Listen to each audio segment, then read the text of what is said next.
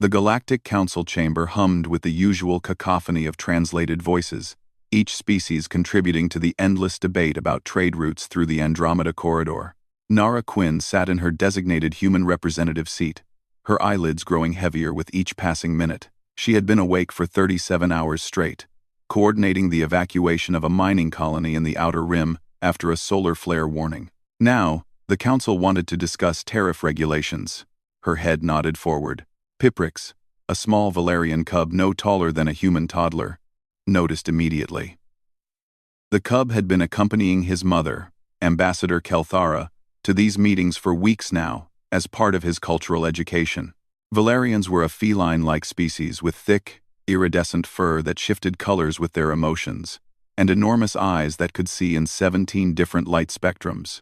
Piprix's fur rippled with concern as he watched Nara's breathing slow and deepen. The other delegates continued their arguments, oblivious. Ambassador Threxus, of the Corthian Empire, was mid-sentence about shipping container specifications when Piprix made his move. With the solemn determination only a child on a mission could possess, the cub climbed down from his mother's lap and padded across the polished obsidian floor. His small paws made no sound as he approached the human representative.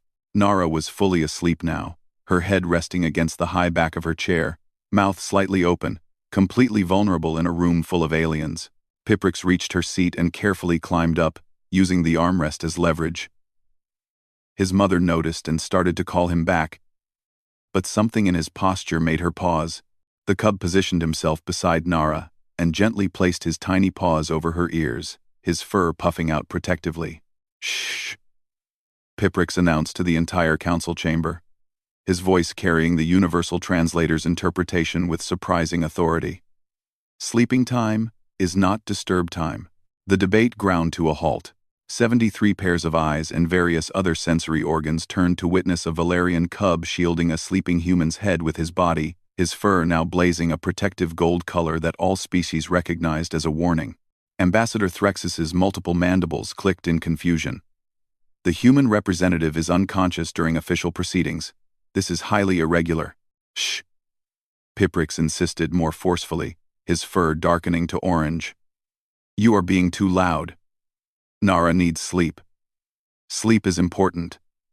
My mother says so." Ambassador Kelthara rose from her seat, her own fur rippling with a mixture of embarrassment and pride. But before she could retrieve her son, something unexpected happened.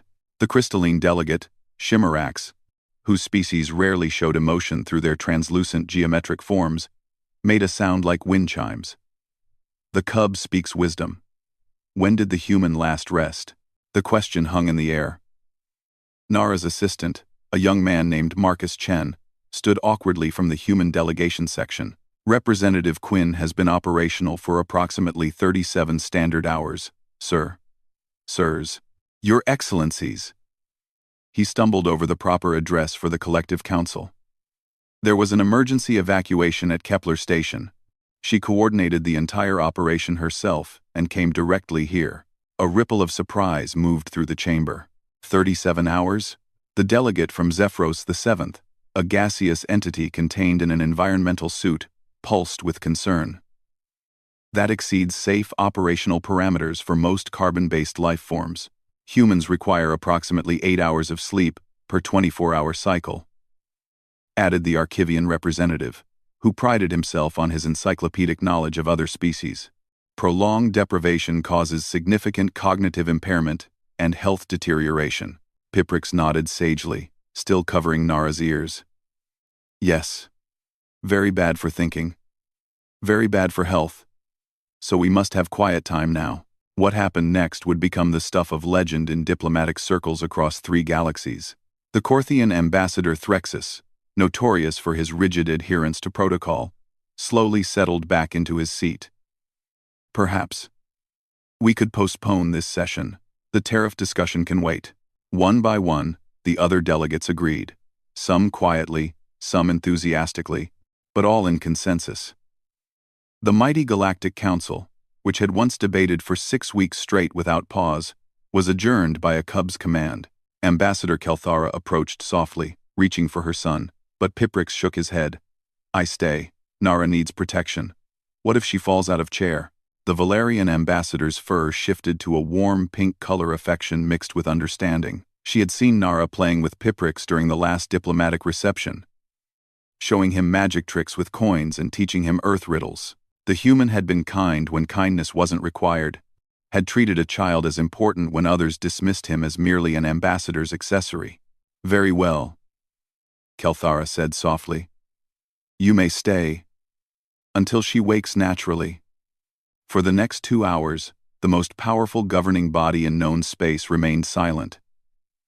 Delegates worked on data tablets, conducted whispered conversations, or simply meditated, but none disturbed the sleeping human. Piprix remained vigilant, his small body curled against Nara's side, occasionally shushing anyone whose voice rose above a whisper. His fur cycled through content blues and protective golds, and several delegates found themselves taking images for personal records.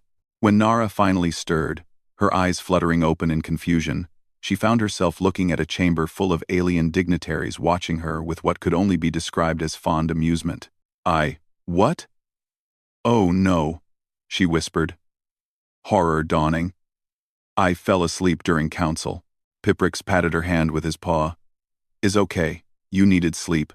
Sleep is important. I protected you. Nara looked at the cub, then at the silent chamber, then back at Piprix. Slowly, she smiled, a genuine, warm smile that crinkled her exhausted eyes. Thank you, Piprix. The cub's fur exploded into happy rainbow patterns. You're welcome. Now can we have snacks? Protecting is hungry work. The chamber erupted in laughter, or whatever passed for laughter among 73 different species. And in that moment, more diplomatic ground was gained than in months of formal negotiations. Humans, the galaxy learned that day, inspired fierce protectiveness even in the smallest among them. And maybe that said more about humanity's worth than any trade agreement ever could.